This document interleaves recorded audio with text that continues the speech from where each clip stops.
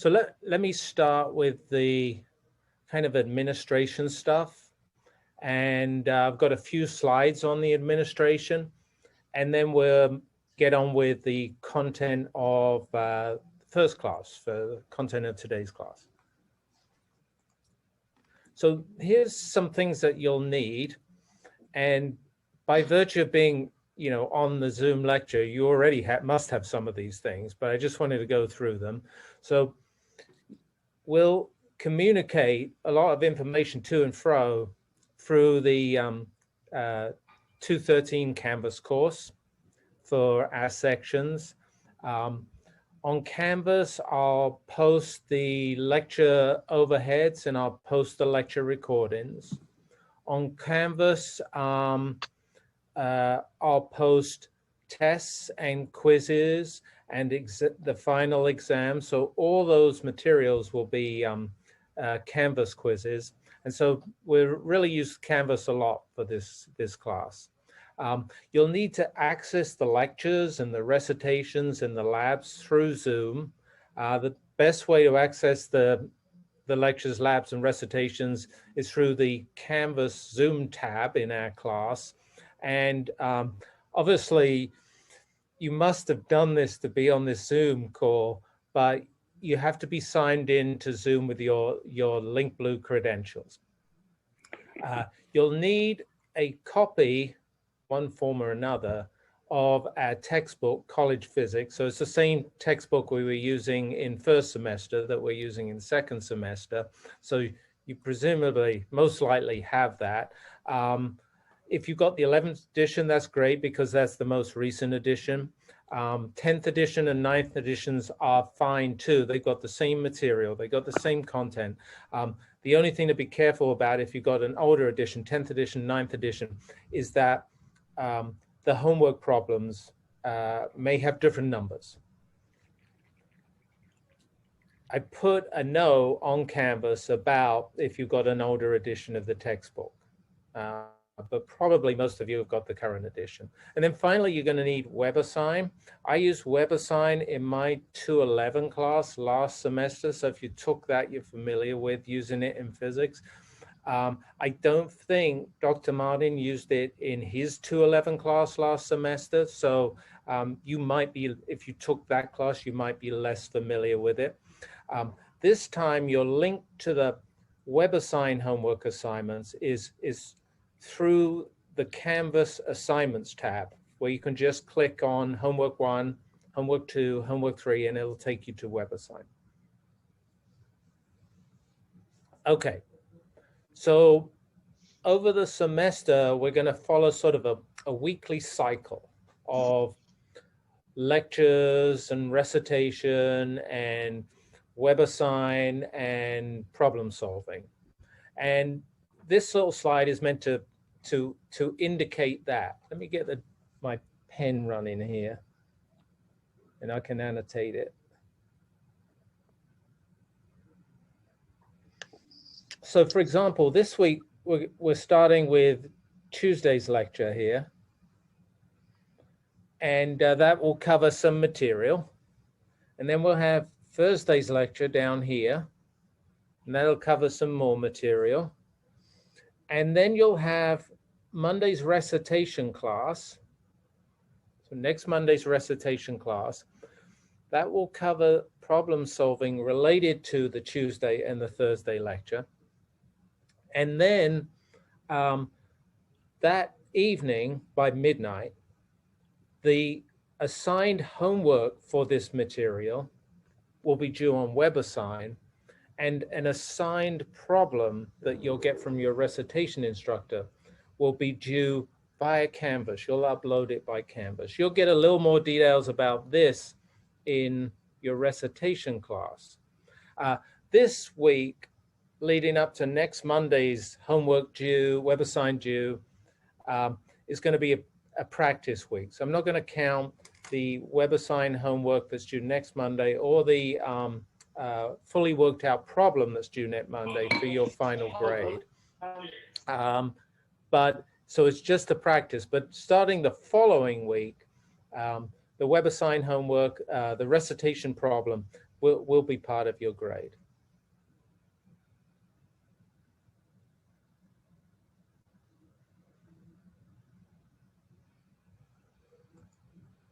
Okay, so here's how the content for the 213 class is kind of laid out.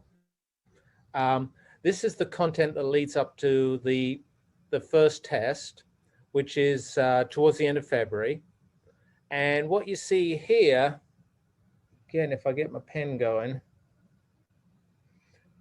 here's our first pair of lectures. So that's this week.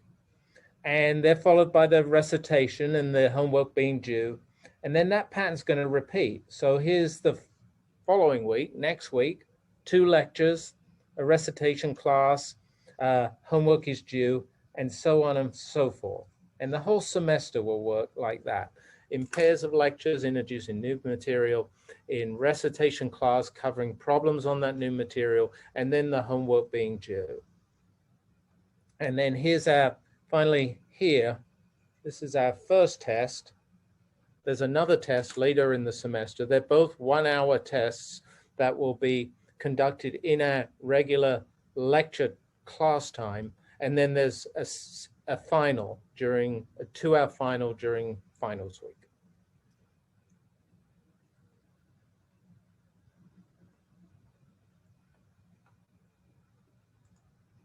Okay, this summarizes how your final grade will be calculated. So there's a number of different components in the final grade. And if you took 211 with me, again, this would be familiar because it's the same contributions to your final grade as 211. And so let me just step through that. We're going to have 2 tests during the semester, 2 kind of midterm tests, one in the end of February, one towards the end of March. The dates are in the syllabus. We've got our final during finals week. So the tests themselves are worth 10% each. The final is worth 15%. So that's a total of 35%. About 1/3 of your grade is on examinations. Then there's lecture quizzes. Each lecture, I'm going to give a quiz. And I'll give a quiz today. Today's quiz will be a practice quiz. But each lecture, there'll be a lecture quiz, and those lecture quizzes count for 15% of your final grade. The web-assigned homework that we talked about and the recitation problem that we talked about, those each count 15% more towards your final grade. And then finally, there's a lab contribution of 20% towards your final grade. And so that's how your score will be calculated. If you get a 90% or above, that will be guaranteed to be an A grade. If you get an 80% above, 70% above, those will be guaranteed to be a B and a C grade. So you know the targets to meet for an A or a B or a whatever. Thank you. I'm gonna mute, I think, somebody. I can do that.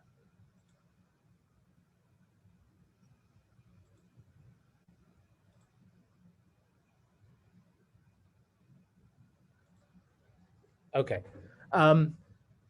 So one thing about the way I've got the course laid out is that the exams, the 2 tests and the final, they're just worth about 1/3 of your score. There's 2/3 of your final score that is really on the week by week homeworks and quizzes.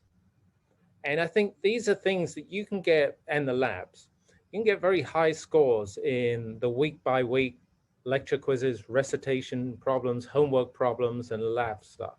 So to succeed in this class, I think it's important. The most important thing is to keep up with those assignments, those regular assignments, and do well, complete all those regular assignments. And if you complete and do all those regular assignments, that's 65% of your grade that you can get 100% on, basically. And so I would look at it that way. The secret to this class is keeping up with all this material, all these weekly items that we're going to throw at you.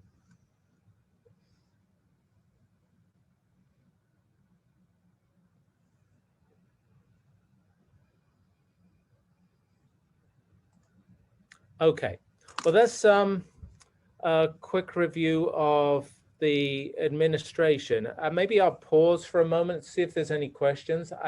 You can stick questions in chat, and I'll try and respond to them there, or you can shout out right now that you've got a question, you don't understand a word I just said, and stop me. Or if I don't hear anything in the next half minute, I'll just push on and assume that everything was super clear and we all know what we're doing.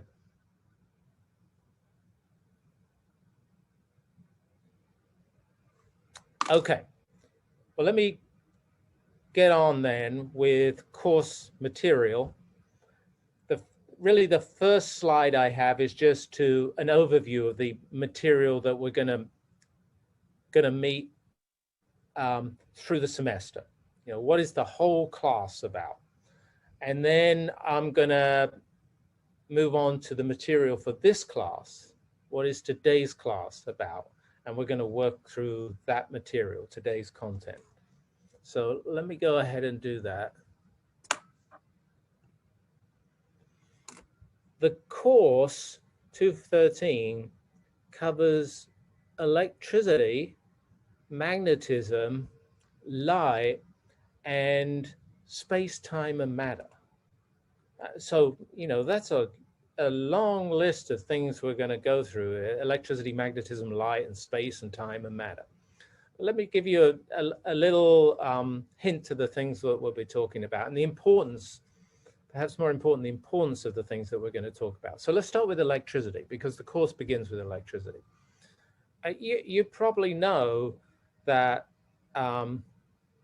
you probably knew in kindergarten, right, that electricity is the glue that holds together the atoms and molecules from which you're made and I'm made and everything around us is made. So in that sense, electricity is important, and we'd like to understand it. Probably also know that, I think you and I, right, our hearts, our brains are actually electrical devices. They're examples of electrical devices. Your thoughts, your emotions, my thoughts, my emotions, they're actually examples of electrical signals. So you and I are electrical devices with electrical signals. So again, understanding electricity is kind of intriguing because we are electrical devices, involving electrical signals. Okay, so that's electricity. Magnetism. Oh, we all know we stick, pictures of our friends to the fridge with, magnets. Why is magnetism important? Well, one reason that magnetism is important is that magnetism, the comprehension, understanding of magnetism, led to the invention of what we call electrical generators and electrical motors. And actually, they led to our modern lifestyles. Without the understanding of magnetism, we would not have electrical power available to us. We would not have all the electrical devices available to us. We would not have our modern lifestyles. We'd be still, you and I would be sitting here with oil lamps trying to teach this class or learn this material, not like Zoom. That would not be possible. So that's one important of magnetism. There's another important, this is maybe even more important. Well, it is more important, really. You might know that we live on a magnet. The Earth is actually a magnet, big, powerful magnet. You may or may not know that magnetism of the Earth actually shields us from deadly radiation coming from the sun. And if the Earth were not a magnet, then we would not be able to survive on Earth. So our very life, our very existence is due to the fact we are living on a magnet we call the Earth. So it would be mildly interesting, I think, to learn a bit about magnetism, given all that. Light. Here's a really interesting thing that we're going to uncover or discover through the semester. So electricity and magnetism are actually just two faces, kind of two facets of a single force. We call that force electromagnetism. But electricity and magnetism are not separate forces. They're actually two parts, two components of a unified force. And understanding that and comprehending that leads to a prediction of the existence of something called light. So light is kind of born out of electricity and magnetism. Now, you might know that light is a wave. It's actually a wave of electricity and magnetism. Light carries something that you know well from Physics 211, from first semester physics. Light is a carrier, a conveyor of energy and momentum. And because of light that emerges from electricity and magnetism, energy and momentum is carried from sun through sunlight to us and keeps us alive. So again, it would be interesting maybe, I mean, I think it's kind of interesting to understand a bit about light, since, you know, sunlight keeps us alive. Finally, the fourth kind of content or part of this course is where we're going to take our understanding of electricity and magnetism and light and kind of turn it round and shine that understanding back on things that we met in Physics 211. So we're going to shine it on, remember the stage of space and time in Physics 211? Well, we're going to look at that from the perspective of what we learned from electromagnetism, and we're going to discover some really remarkable, amazing, or peculiar things about the true nature of space and time. And we're going to do the same thing with matter that we met in Physics 211. We're going to shine our understanding of electromagnetism onto matter. We're going to see the atoms and molecules and get a deeper understanding of the kind of peculiar and strange nature of atoms. And so that'll be the final part of the course. And so that's an introduction to what we're going to do over the entire semester. Sometimes I like to think of electricity, magnetism, and light as a little family, right? The parents are electricity and magnetism. Sometimes you see them on their own, electricity on their own, magnetism on its own, but you know, they're deeply connected. And their child is light. The combination of electricity and magnetism, the unification of electricity and magnetism gave us light. And light carries, like ordinary children, right, carries some of the properties of the parents, but it has its own kind of distinct personality. And so electricity, magnetism, light, think of them as a little family. And that little family actually built our world for us. They built the chemical elements. They built the cells of all living things, and they built us. And we're going to use electricity and magnetism and light to look back at that matter sitting in space and time and better understand it. Okay, well, that was kind of a motivational speech. Now, today's class. Okay, what am I going to do in today's class? Good question. Oh, I see one question has come up. Does WebAssign cost money? Yes, unfortunately, WebAssign does cost money. If you have questions about the most cost-effective way to purchase WebAssign, in the Canvas announcements, I've put an announcement about how to get WebAssign help. There's a WebAssign representative for us who has office hours every day this week. And she can advise, she's very helpful. She helps me every semester log back into WebAssign. She's very helpful with what is the best way, most cost-effective way to purchase WebAssign. But yeah, there is unfortunately a cost to it. Where is the WebAssign link for the course? The WebAssign link for the course is go to course assignments, go to homeworks, I believe, or maybe it's called WebAssign homeworks, and then click on a particular WebAssign homework. Like, why don't you just click on homework 1, right? Because that's going to be due next Monday, and that should take you to WebAssign. That's our little portal to WebAssign. So that's how that's meant to work. Okay.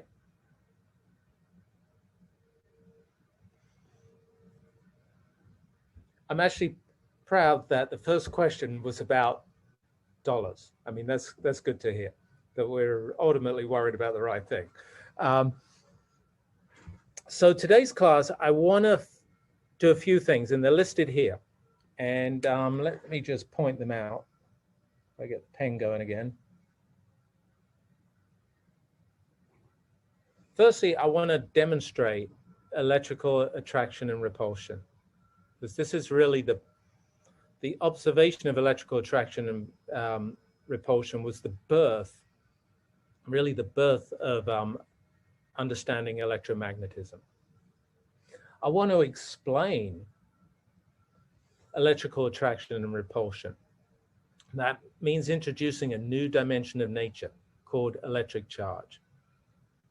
And then I want to describe that in our world, in our universe, in our homes, there are 2 classes of materials, electrical materials, insulators and conductors. And then finally, I want to show you a couple of examples of electrical attraction repulsion, of electrical charge, explaining electrical attraction and repulsion, and different properties of materials, insulators and conductors. I want to give an illustration, which is what's called charging by contact and charging by induction. So that'll be our last item here. So let's get on with that. So let's start with demonstrating attraction and repulsion. So the first recordings of electrical attraction and repulsion actually go back 2,500 years to the ancient Greeks. They observed electrical attraction and repulsion. And we're going to do the experiments they did to observe electrical attraction and repulsion. They found some weird, surprising attraction, repulsion between objects when those objects were rubbed. So just to give you an example, I don't know why they did this at the time, but they did this at the time. If you rub glass with silk, you can unleash an electrical attraction and repulsion. If you rub a material called amber with wool, you can kind of unleash this electrical attraction and repulsion. Nowadays, if you want to do it, all you've got to do is throw your socks in the dryer, right? Dry them, and then you pick them out the dryer. You'll notice the electrical attraction between the socks and whatever other clothes or junk is in there. So, you know, that's electrical attraction, and that's what the ancient Greeks discovered. So I'm going to show you a couple of very high quality videos that I made demonstrating electrical attraction and repulsion. I tried to summarize them on this slide here. What we're going to look at is we're going to look at glass and plastic rods and how they attract and repel one another. And what you're going to see in these videos, I mean, I'm telling you the punchline, but that's fine. It's not like a great story for a movie. I mean, it's a great story, but not for this movie. I'm going to show you that 2 glass rods repel one another when they're rubbed. And I'm going to show you that actually 2 plastic rods will repel one another when they're rubbed. And then I'm going to show you that a plastic and a glass rod, they actually attract one another when they're rubbed. And this is what the ancient Greeks, so you now become an ancient Greek, right? You're now 600 BC, and we're going to discover this. And it's a remarkable discovery. And I'm demonstrating it for glass and plastic, but nowadays we know that every material is either kind of glass-like or plastic-like. So, this pattern of attraction or repulsion fits in with every material. It's not just special about glass and plastic. Okay, so I'm going to share a different screen.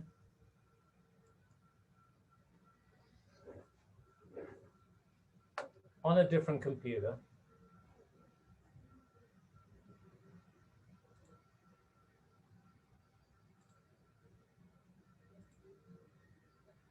I'm going to actually go back and unshare that because I didn't share the sound.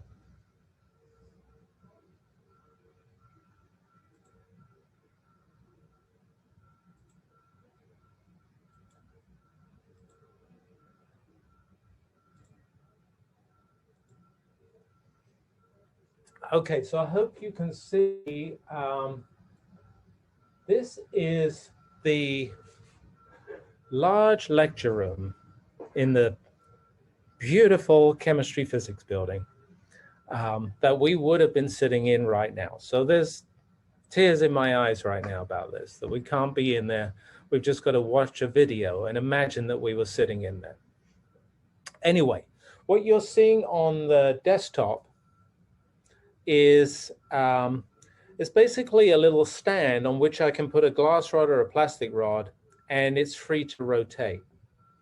And when I put a glass rod and a plastic rod on this device that allows them to rotate, it's easy to detect attraction and repulsion between glass rods and plastic rods because the glass rods and the plastic rods are going to rotate. Now, this movie is actually the least exciting of all movies I've made. So this movie, I'm not going to rub the glass rod or the plastic rod. And I'm going to show you that the unrubbed glass rod and plastic rod neither attract nor repel one another, i.e. glass rods and plastic rods don't naturally attract one another or repel one another. You've got to do something special. So let me just play this.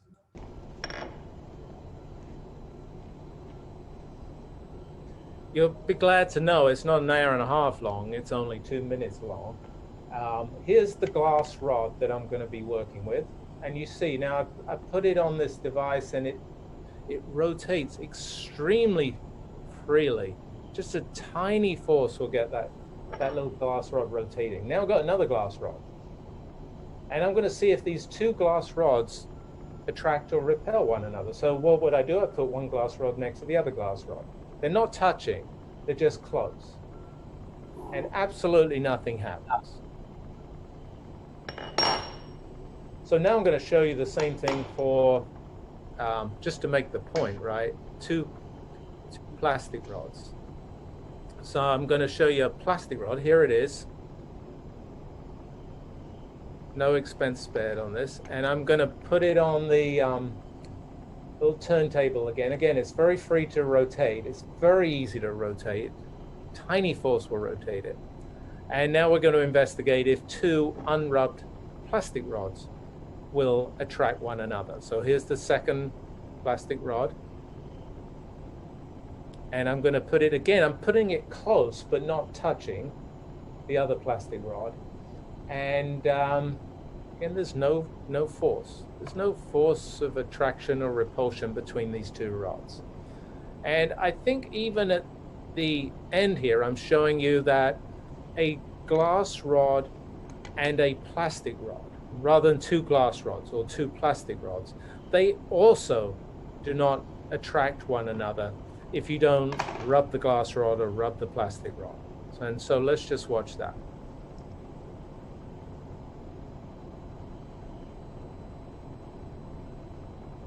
And nothing happens there. So, like, well, that's a great movie. Nothing happened in the whole movie. So let's go on to a second movie. I'm going to do the same thing now, But now this movie is going to get, I did the first one just so that this one could seem really exciting. This time, all I'm going to do differently is I'm going to rub the glass rods and the plastic rods. So look, here I go. That's an old sock of mine. I'm rubbing it with. And so I've rubbed the end of that glass rod, and I've got the other glass rod. I'm rubbing it too. And now I'm going to bring them up to, oh, look at that. There was a force of repulsion. The second glass rod pushed away the first glass rod. It had to be a rubbed glass rod for that force to occur. It's a magical effect. Now I'm going to do, this is working well, I'm going to do the same thing with plastic rods. So rub one end of that plastic rod. I'm looking for the other plastic rod, found it, rub that with my sock, and then we're going to see if there's an interaction between these. And whoa, the second plastic rod repels the first plastic rod, and that's again electrical repulsion. And now I'm going to do that other case of a glass rod with a plastic rod. So here's the plastic rod. I rubbed one end of it, and now I'm going to get the glass rod. I'm looking for it, can't find it. Where is it? Okay. Rub the glass rod with the sock, and we'll see what we get in this case. And this is startling. This is the climax of the movie. Now we got attraction. First two cases were repulsion. Now we got attraction. It's kind of brilliant. I really could watch that all day long.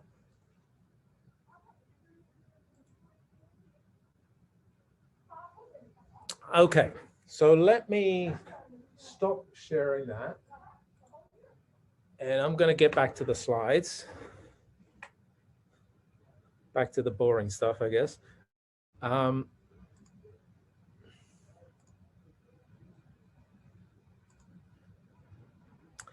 And we're going to explain that. Okay, so the Greeks saw this, the ancient Greeks saw this, but they didn't explain it. They didn't understand it. It was mystery force. It was like a conjuring act or something like that. Every time I pick up the sock and the glass rod and the plastic rod, I feel like I'm sort of some conjurer at some fair.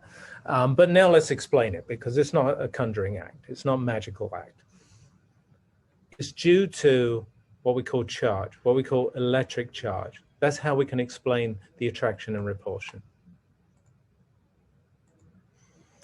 Okay, so I'm about to explain attraction and repulsion of those rubbed objects. I have no idea now, it's an old slide. I don't know why I put Pinocchio on it, because Pinocchio doesn't tell the truth. And I am going to tell the truth here, so it makes no sense what I was thinking. First thing I've got to do is introduce something about the nature of matter. So to understand the attraction and repulsion of the plastic and glass rods, we need to understand something about the nature of matter. What we need to understand, firstly, is that the glass, the plastic, the fur, the silk, the sock, those items, they're all made of atoms and molecules, and you know that from kindergarten. Second thing we need to know, the atoms and molecules of those materials, and hence those materials themselves, well, those atoms and molecules are made up of electrons and protons. And there's equal numbers of electrons and protons in the atoms and molecules of the glass, fur, silk, and fur, plastic. Next thing we need to know, those atoms and molecules, those electrons and protons, have a characteristic, a property that we call charge, we call electrical charge. And actually, the electrons have an amount of electrical charge which is minus 1.6 times 10 to the minus 19 coulombs. Coulombs is a unit of charge. And the protons have a unit of electrical charge that's 1.6 times 10 to the 19 coulombs, so positive charge. So those electron-proton building blocks of the glass, plastic, fur, and silk are charged building blocks of the glass, plastic, fur, and silk, and they're equally and oppositely charged. The sizes of their charges are the same. The signs of their charges are opposite.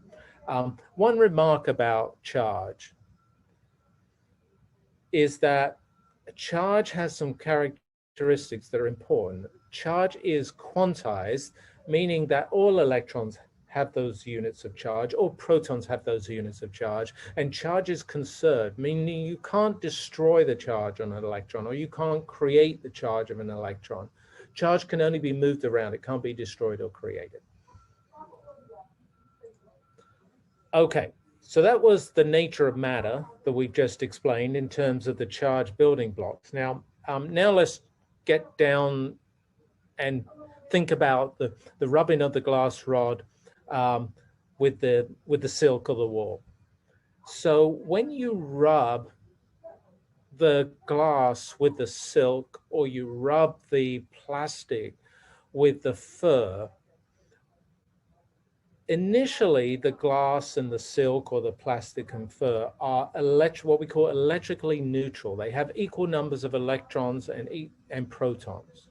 So their net charge, their total charge, is zero. We call that neutral. But when you rub the glass with the silk, or you rub the plastic with the fur, you're rubbing electrons off of one material onto the other material. So for example, when you rub the glass with the silk, you're rubbing electrons from the glass onto the silk. When you rub the plastic with the fur, you're actually rubbing electrons from the fur onto the plastic. You're transferring electrons. You're moving electrons from one material to another material. That's what the rubbing is doing. And as a result, right, the glass becomes positively charged. The silk will become negatively charged. The plastic rod will become negatively charged, and the fur will become positively charged. And so that's the key about rubbing. You know, so step back. The rubbing wasn't like me doing the magic trick. The rubbing of the plastic or the glass rod was much more mundane. I'm just stripping a few electrons off the silk or the fur or the glass or the plastic. I'm just transferring electrons between the things I'm rubbing together. And that's the key to understanding the origin of the forces, the attractive forces and the repulsive forces between the glass and the plastic. If the two objects are like materials, they carry the same charge, positive charge or negative charge. And in that case, you get a repulsion when you have like charges. Like materials, like charges repel one another. If the two materials are different materials, unlike materials, like the glass and the plastic, then one is positive and one negative. And in that case, you get an attraction between opposite charges. And so this slide is the explanation based on electrical charge and two types of electrical charge for those great discoveries about electrical and attraction and repulsion that were made by the ancient Greeks. So this is how we understand it. Oh. Here's just a picture of that. So this is my hand, and I'm rubbing a cloth on a glass rod, and what's happening is electrons are being, you can see it here, are being stripped off the glass rod onto the cloth. So the cloth is getting more electrons, it's becoming negatively charged. And the glass rod, well, it's lost electrons. So it's now got more protons, it's become positively charged. And this is how we charge things up. And when we looked at the attraction between the glass rod and the rubber or plastic rod, that electrical traction, here you see the forces, is an attraction between positive and negative charges. Here you see the negatively charged plastic rod, the positively charged glass. They attract. And when we saw the repulsion between two plastic rods or two glass rods, here's the repulsion, forces pushing the the like rods away from one another, that's because the rods have the same charges. Here, the rubber rods are both negative, and negative charges repel one another. And that's the explanation. Okay, I got a quiz. So this is, again, this is a practice quiz. It's mainly practice for me because I've got to remember how to do this. But I'm gonna share another screen, and we're going to do this quiz. I'm going to give you a couple of minutes to do the quiz, to orientate yourself to how we're going to do the quizzes. So this quiz, you can see it here. If you go to assignments, and maybe you're there already, because you'd be faster than me at this. And when you go to assignments, go to lecture quizzes. And in lecture quizzes, I'm going to publish a quiz, and I'm going to give you a couple of minutes to do it. And, you know, if you get it wrong or you can't find it or whatever, this is just to sort that out so we can be ready for real quizzes next week. But I got to find where the quiz is myself.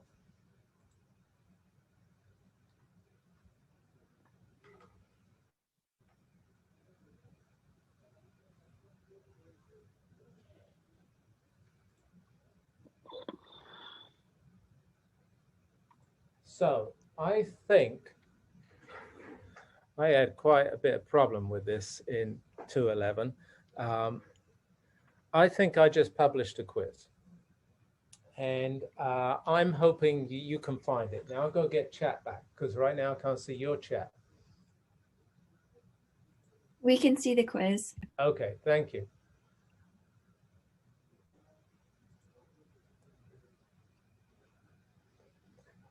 Last semester, everybody was very in the class. I mean, it was a great class, actually, because everybody was really helping me with this sort of stuff and would definitely shout out when I, failed to publish the quiz or I accidentally deleted it or whatever I was doing. So this quiz finishes at 13:15. And this quiz is about charging by rubbing and about the glass and the silk and the plastic and the fur.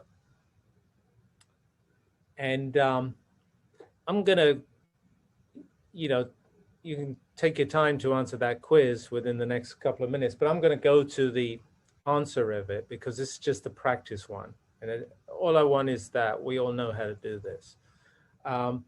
So specifically, this quiz is saying that a glass rod is rubbed by silk cloth. So this is charging by rubbing. After rubbing, the glass and the silk will, and we got to pick which one, will they attract one another? Or will they repel one another? And do they have the same charges or do they have like charges? Well, look, we now know the answer to this question. When you rub a glass rod with a silk cloth, you're transferring charge from the silk to the rod, or vice versa. It could be charge from the rod to the silk. That transfer always will make one item positively charged and one item negatively charged because you're simply moving electrons from one item to the other item. So one loses some electrons, one gains some electrons. So one becomes negative and one becomes positive. So we know that charges are opposite. And then we knew that it's opposite charges that attract one another. That's the explanation of electrical attraction. Like charges would repel one another. And so the answer to this question is that the rod and the silk themselves will attract one another. And they will attract one another because they have opposite or unlike charges. And so that's the answer to that question. I hope that's okay. If it's not okay, let me know.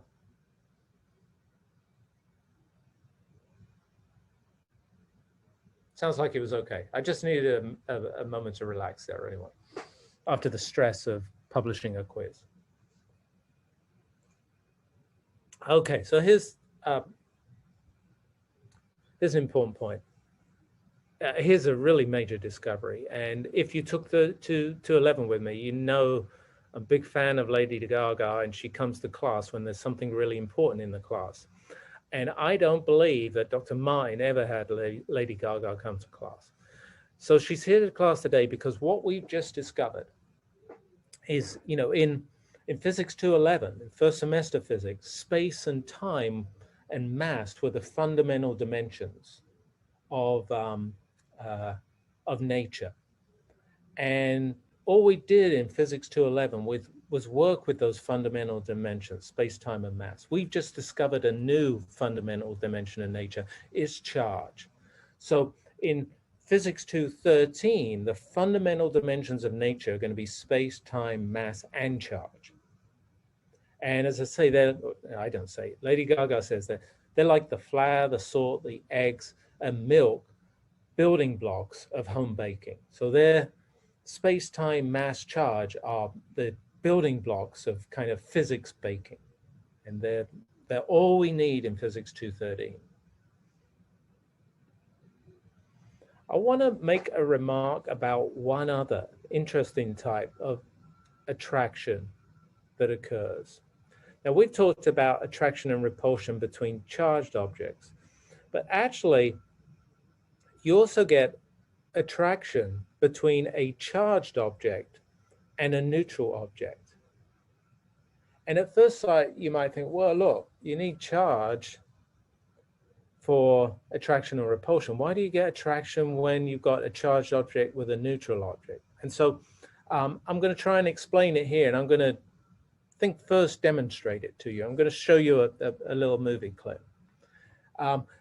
You can get this with a charged object attracting a conductor or attracting an insulator. It occurs in both cases. I'm going to show you a demonstration with an insulator, a piece of wood, but you can also demonstrate it with a charged object attracting a conductor, some metal object.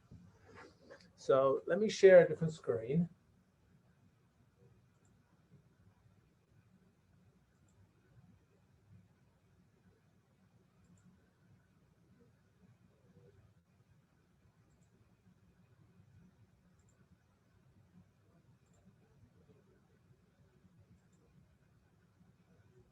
And let me find the movie I want to show. Where is it?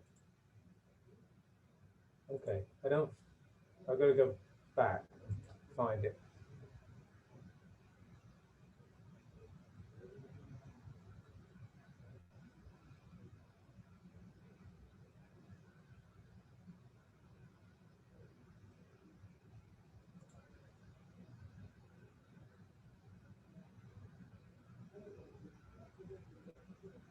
Okay, here we are. So what I'm going to demonstrate, I've got a meter stick, and I'm going to put that meter stick on that little swivel turntable thingy. And the meter stick is uncharged, just a piece of uncharged wood. I've not rubbed the meter stick. And I'm going to try and attract the meter stick with a rubbed plastic rod and a rubbed glass rod, charged objects. And so let's watch this movie.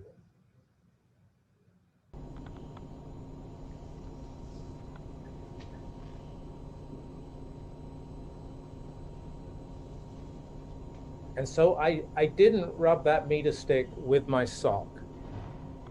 I just stuck it on the turntable. And now I'll get the glass rod. I'm going to rub that glass rod. So now I'm charging up the glass rod by transferring electrons to or from it. I can never remember which way around. And now look, I'm not touching the meter stick. Now I'm really a magician. And it's rotating. That's electrical attraction between a charged object and a neutral object.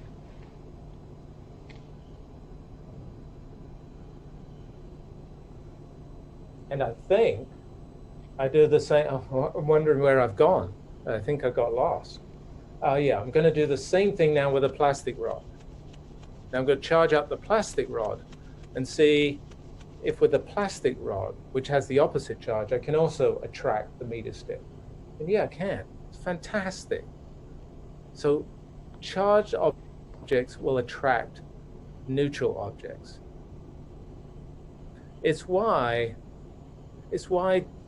dust sticks to things, right? Things get charged up and dust, neutral, sticks to those things. That's why everything gets dusty. It's an it's not the greatest practical use of understanding electricity, but dust sticks to things because charged things attract the dust.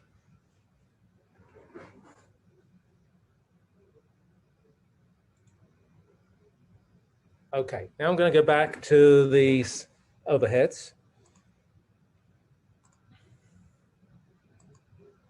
And just give you a quick explanation of what happened here.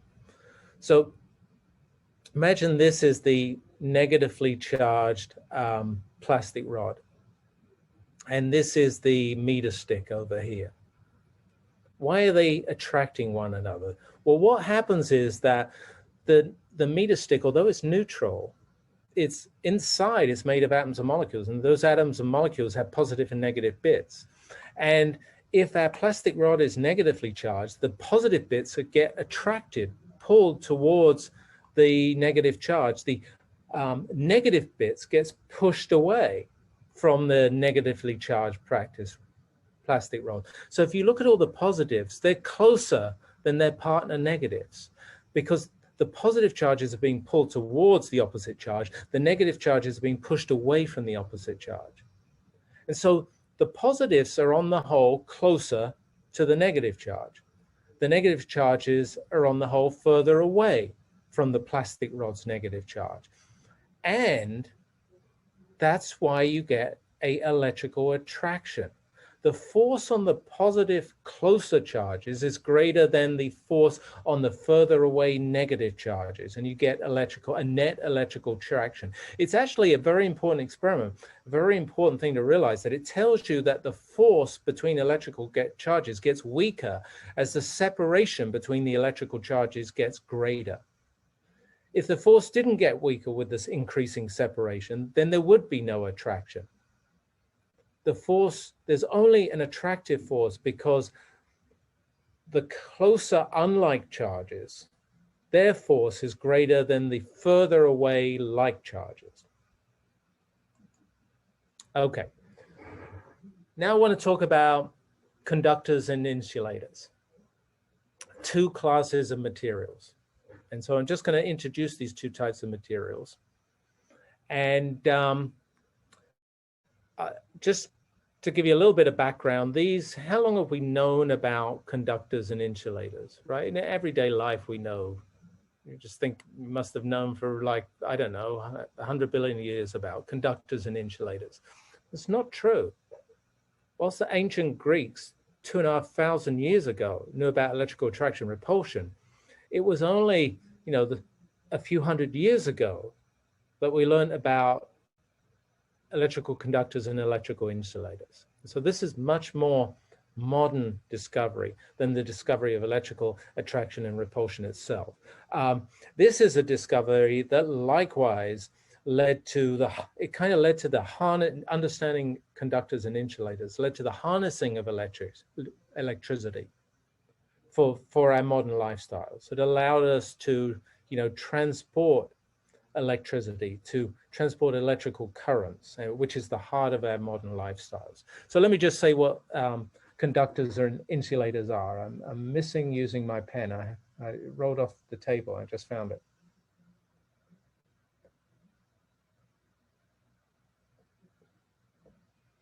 So conductors. The distinguishing feature of conductors, right, is that electrons inside conductors are able to flow around, to freely move around in the conductor. They're free roaming electrons, and they will flow around, move around if there's electrical forces on them. And so that's what distinguishes conductors. Insulators, on the other hand, there's electrons in insulators as well, but those electrons in insulators are not free, unable to move around. They're stuck in place. They can barely move at all.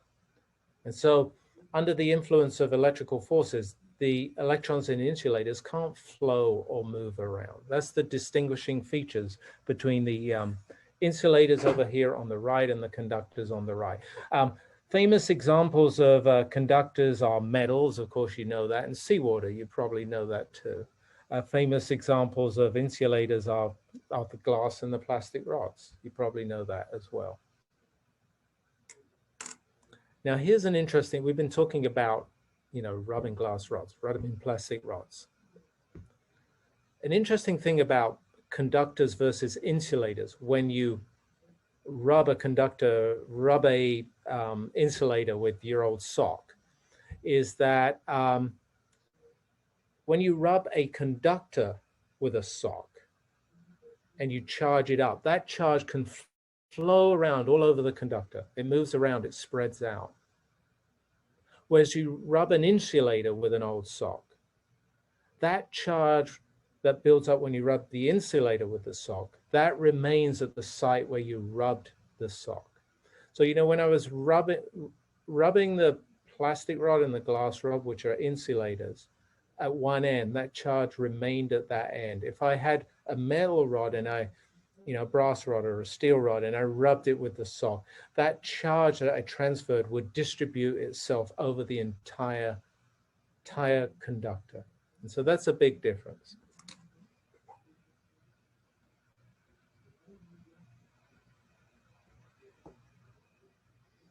So final topic for today's class that I want to, well, actually almost the final topic. I just want to introduce two instruments that we'll use, and they're called a Van de Graaff generator. I just wrote generator down here, and the other one's called a gold leaf electroscope. I just wrote electroscope down here, and these are devices you can use to accumulate charge, and you can use to measure amounts of charge. So you can imagine, once this idea came about that the electrical attraction repulsion between rubbed objects was due to electrical charge, positive and negative electrical charges. Imagine you're a scientist, or you kind of are a scientist. Imagine I'm a scientist. I kind of am a scientist too. What would I want to do? I would want to accumulate charge and play with it. I would want to measure charge and understand it. And so these are the devices that emerged, the electrostatic generators and the gold leaf electroscopes, to do that accumulating of charge and measuring of charge. So they're very, very, very important. And I'm going to use them to show you two ways you can charge objects. One's called charging by contact, and one's called charging by induction. Okay, here's just, this is where I do wish we were in that large lecture room in the beautiful historic chemistry physics building. And I could show you these things in operation. I've only got videos now, but over here on the left, this is a Van de Graaff generator. It works by, think of, this is a belt here that you can, with electric motor, rotate. It's like an automatic sock rubbing machine to charge up this metal sphere here, and the charge spreads out all over the metal sphere. You get tons of positive or negative charge on this. I should say coulombs of positive or negative charge on it. We don't measure charge in tons. It's coulombs of positive or negative charge. So that's a way of accumulating charge, and this is a device we use to accumulate charge. And then over here on the right is a device we use to measure electrical charge. We call it a gold leaf electroscope, but it doesn't always have a gold leaf. This one looks like it does have a gold leaf. What you do is you put some charge up here. Supposing I put a bunch of electrons from my Van de Graaff generator on this plate up here. Those electrons spread out all over the conducting parts of the electroscope. They repel each other. And they end up, or some of them end up on this solid vertical arm here and this gold leaf over here on the right. And those two conductors push each other apart. And you can measure the amount of charge by seeing the deflection of the gold leaf. This device is for measuring charge, and this device is for producing or accumulating charge. And if you imagine you're around, I don't know, 250 years ago or a little more, and you were one of the early scientists investigating electricity and investigating electrical charge, these would be in your lab, right? You would have got a grant, you would have bought these items, and this is what you'd be working with. Devices that accumulate charge for you, and devices that allow you to measure charge in a quantitative way.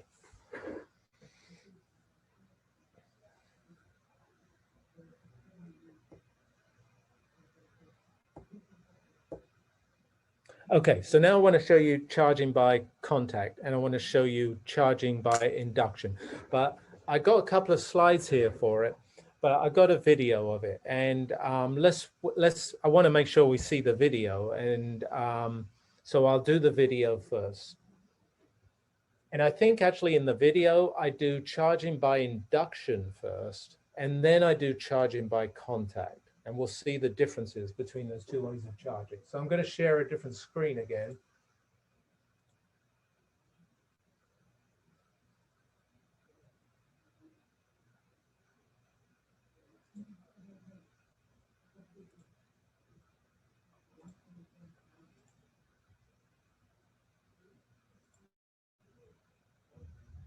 Okay, so here I am in the beautiful chemistry physics building with a electroscope and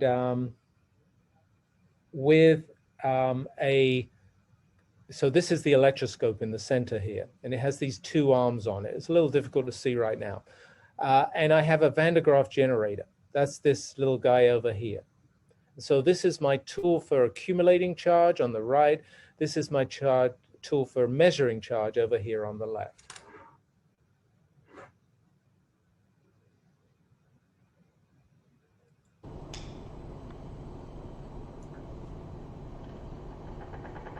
If you can hear the sound, I hope I switched the sound on. You can hear the vibrating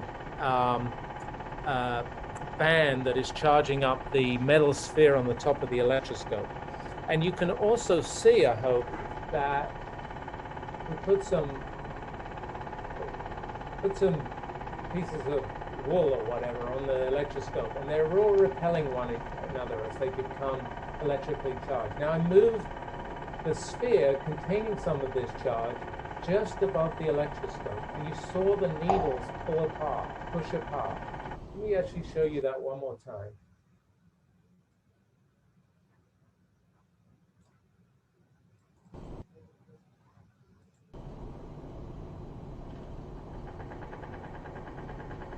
So charging up, look at its hair stands on end when you charge it up.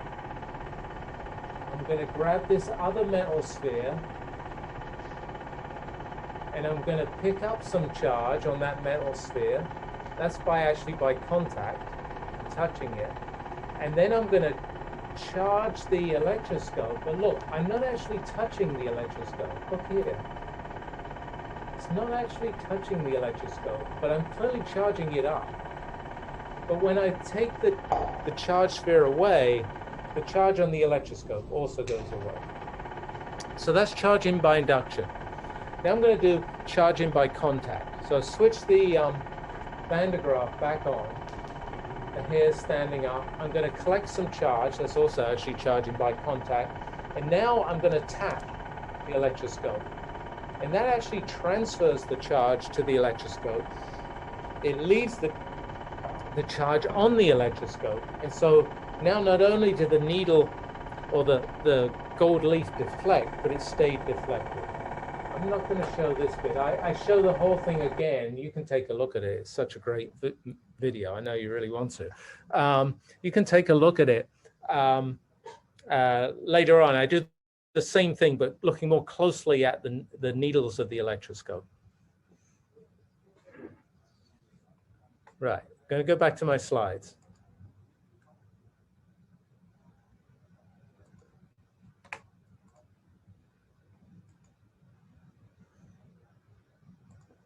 So I'm going to show you charging by contact, and then I'm going to show you charging by induction. They're just the names we give them. And I'm going to get my pen going again.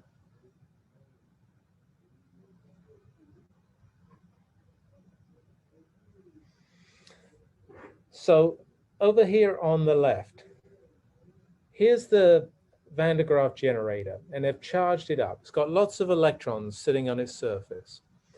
And then I brought up that second sphere to it, and I transferred some of those electrons to the second sphere. Then I'm going to carry that second sphere, the green sphere, over to the electroscope. And I'm going to touch the electroscope, touch the top of the electroscope. What happens then? Some of those electrons spread out and jump onto the electroscope. And the electroscope becomes charged up. And we see it here, and we see the gold leaf repelling this vertical arm. And that's charging by contact. That charging all relied on the physical contact between the different objects. To understand that charging, right, I try to summarize it here. We have to understand that matter's made of charged building blocks. We have to understand that, the generator, the electroscope, they're all made of charged building blocks. We have to understand that like charges repel one another and unlike charges attract one another. Like charges repel one another is why the electrons here jumped onto this green sphere, and they're why electrons jumped off the green sphere onto the electroscope. And we also have to understand the properties of insulators and conductors. In this case, that the electrons on the over here on the far left on the generator, they were free to move around. They were free to jump onto the conducting sphere here. And those electrons were free to jump off onto the conducting electroscope here.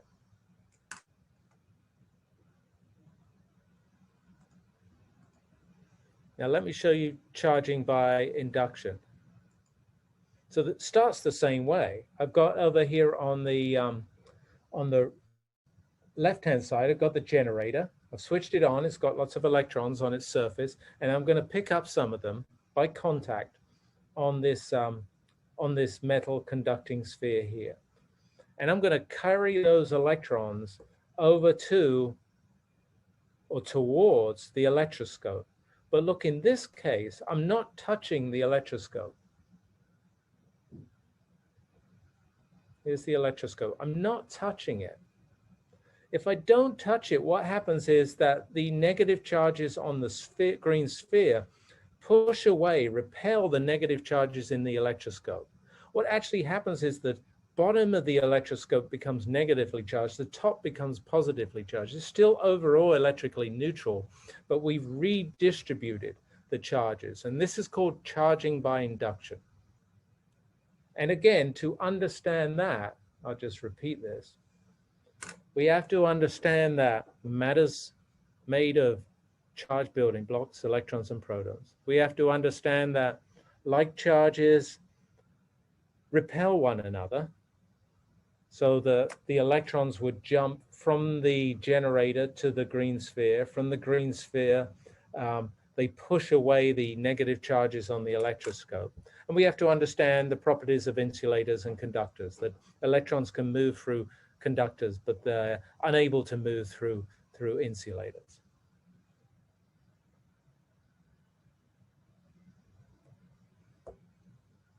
Okay, well, I'm just about done. I got one more slide, and the last slide is confessional.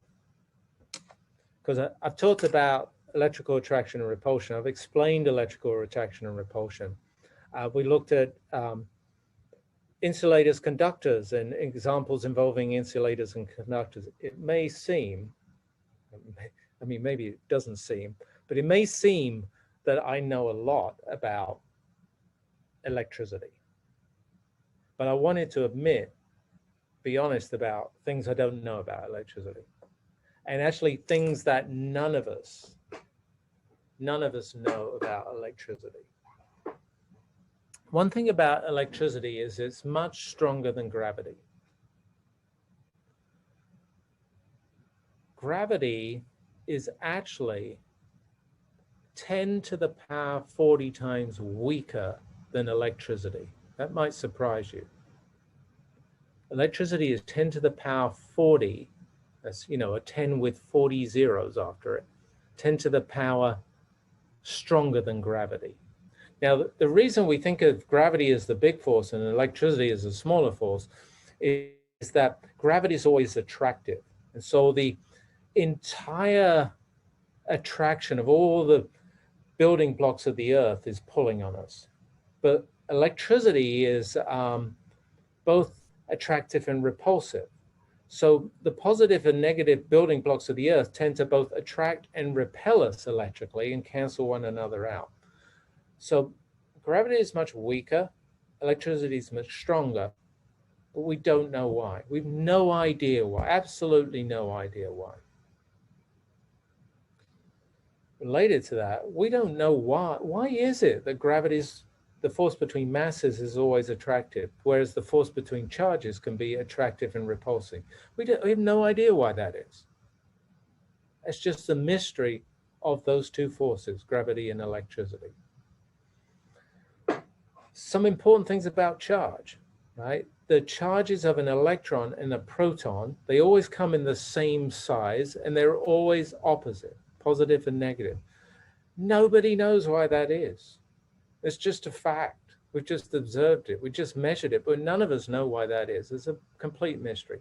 We don't know also why charge is conserved, i.e. you can never ever create new charge. You can never ever destroy old charge. You can only move charge around. We don't know why that is.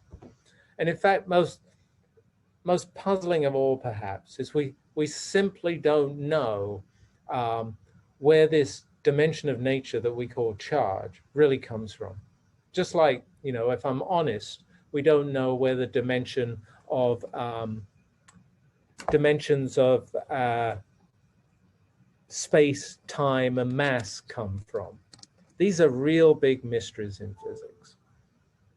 Anyway, on that note, admitting that there's lots of stuff I don't know about electricity, I'm gonna end today's class, and in next class we're going to talk about talk more quantitatively, more precisely about the electrical force between electrical charges. We're going to write down an equation for the electrical force between electrical charges that's called Coulomb's law, and we're going to explore that equation for the electrical force between electrical charges.